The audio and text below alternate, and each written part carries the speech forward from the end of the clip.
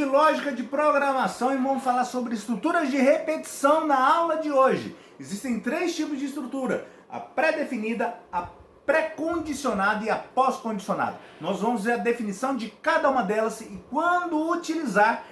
Mas antes disso, se você ainda não é inscrito no meu canal ou não me segue nas redes sociais, aproveite, se inscreva, ative as notificações, compartilhe com seus amigos, pois esse conhecimento você vai aproveitar agora e é para a vida toda. Muito bem, o que são estruturas de repetição, professor? A estrutura de repetição dentro de alguma linguagem de programação, não importa qual linguagem que você vai utilizar, ela vai ter uma estrutura de repetição, tá certo? Por mais que a gente está falando aqui na linguagem C, a gente está aprendendo a linguagem C, você pode aplicar em qualquer linguagem que você está utilizando. Obviamente que haverá alguma alteração no seu código mediante a sintaxe de cada linguagem. Porém, a semântica como um todo é a mesma, ou seja, a lógica é a mesma como um todo, né? Então, a estrutura de repetição ela é utilizada sempre que eu tenho que repetir determinada ação. Então, se eu vou ler 10 nomes e 10 idades, eu não preciso declarar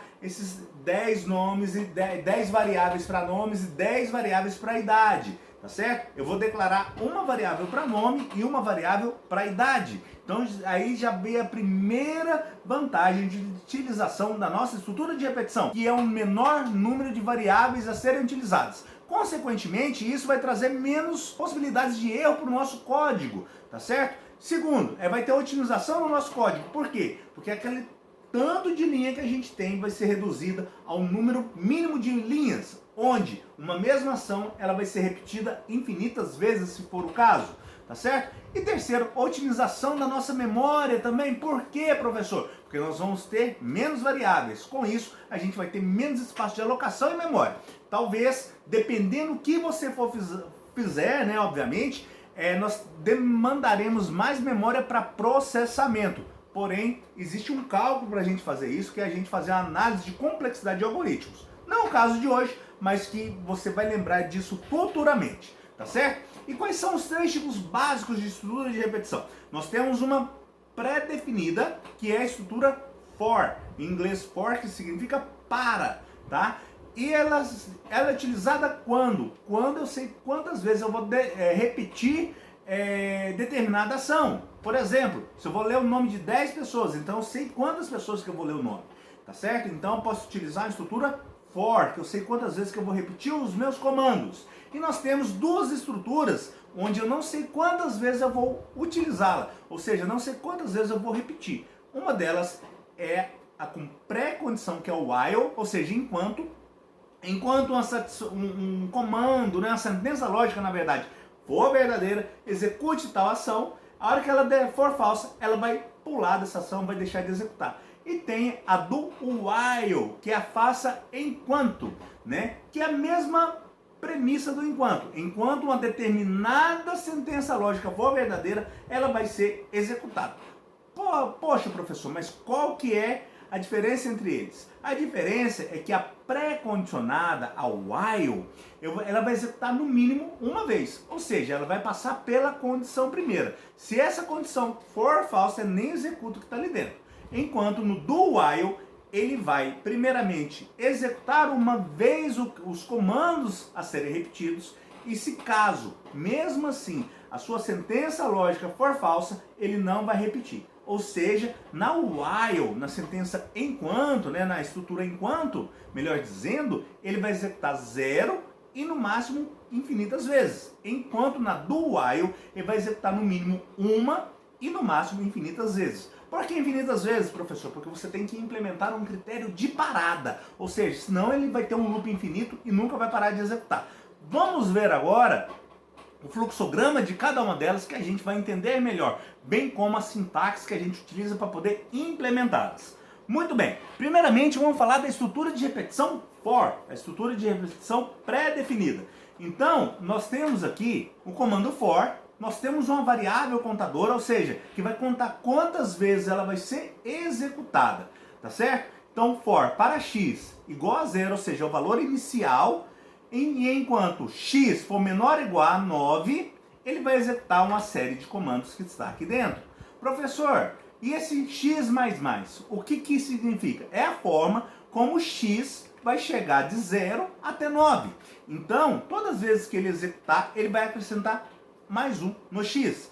Então, ele executou uma vez valendo 0, rodou, acrescentou mais 1, executa de novo, executa mais uma vez, vale 2, executa de novo, e assim até chegar no número 9. Do lado aqui direito, nós temos um fluxograma.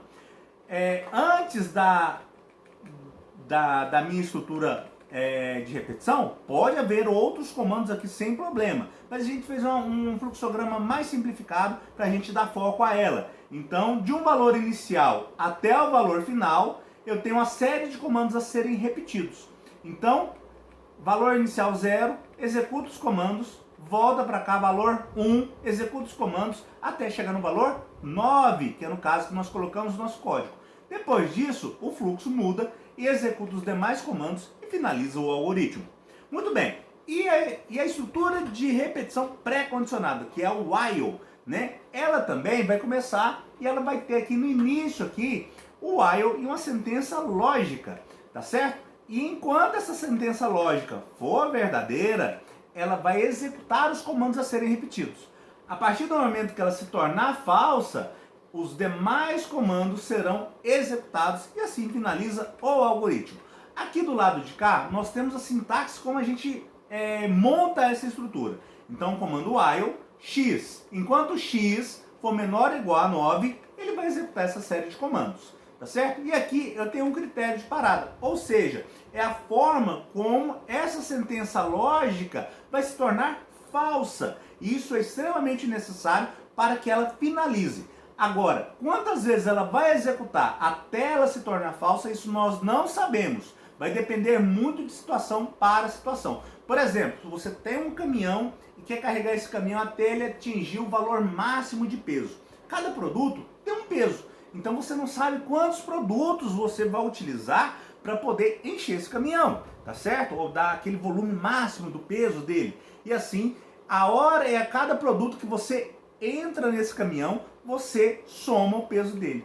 Quando esse peso chegar no limite máximo, ele para de executar e fala, não carregue mais nada no meu caminhão. E assim o caminhão vai pegar e vai seguir viagem, ou seja, vai executar os demais comandos. E nós temos ainda a outra estrutura de repetição, que é a pós-condicionada. O que é a pós-condicionada? Ao invés da estrutura condicional vir antes dos comandos a serem repetidos, ela vem após. Ou seja, dessa forma, os comandos a serem repetidos vão executar pelo menos uma vez, tá certo? Então, enquanto a sentença lógica for verdade, os comandos a serem repetidos são executados. A partir do momento que essa sentença lógica se tornou falsa, os demais comandos são executados e assim segue viagem também.